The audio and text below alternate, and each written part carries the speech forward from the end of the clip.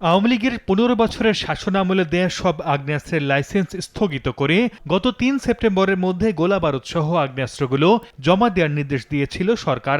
এর মধ্যে যারা জমা দেননি তাদের বিরুদ্ধে ব্যবস্থা নেওয়ার উদ্যোগ নিয়েছে প্রশাসন।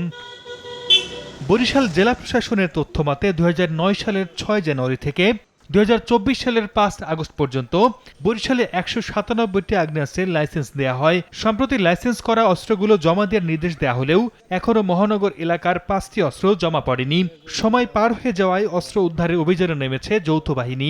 যে লাইসেন্সগুলো স্থগিত করা হয়েছে এর বিপরীতে আগ্নেয়াস্ত্র নির্ধারিত সময়ের মধ্যে যারা জমা দেন নাই, এর পাশাপাশি কিন্তু এমনি অবৈধ অস্ত্র এবং বিভিন্ন বাহিনীর থেকে যেসব অস্ত্র পাওয়া গেছে সেগুলো উদ্ধারের এই বিষয়ে ৩টি বিষয় নিয়েই যৌথ অভিযানের নির্দেশনা আছে। সেই আলোকে যৌথ অভিযান চলমান আছে। পুলিশের তথ্যমতে সেনাবাহিনীর পদ থেকে অব্যাহতি পাওয়া আলোচিত মেজর জেনারেল জিয়াউল আহসান সহ ৩ জন অস্ত্র জমা দিয়েছেন বরিশালের বাইরে।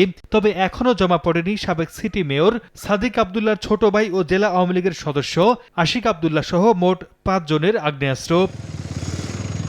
অবৈধ অস্ত্র উদ্ধারের পাশাপাশি যারা বৈধ অস্ত্র জমা দেননি তাদের বিরুদ্ধে আইনগত ব্যবস্থা নেওয়ার কথা জানায় পুলিশ। নির্দেশনা অনুযায়ী আসলে আমরা তাদের সাথে যোগাযোগের চেষ্টা করতেছি, যে কোনো মাধ্যমে অস্ত্রগুলো উদ্ধার করে থানায় জমা রাখাটা প্রয়োজন।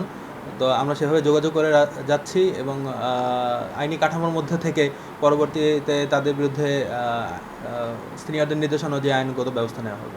বরিশাল মেট্রোপলিটন পুলিশের তথ্যমতে ৩ সেপ্টেম্বর পর্যন্ত অস্ত্র জমা পড়েছে ৯২টি। সময় সংবাদ, বরিশাল।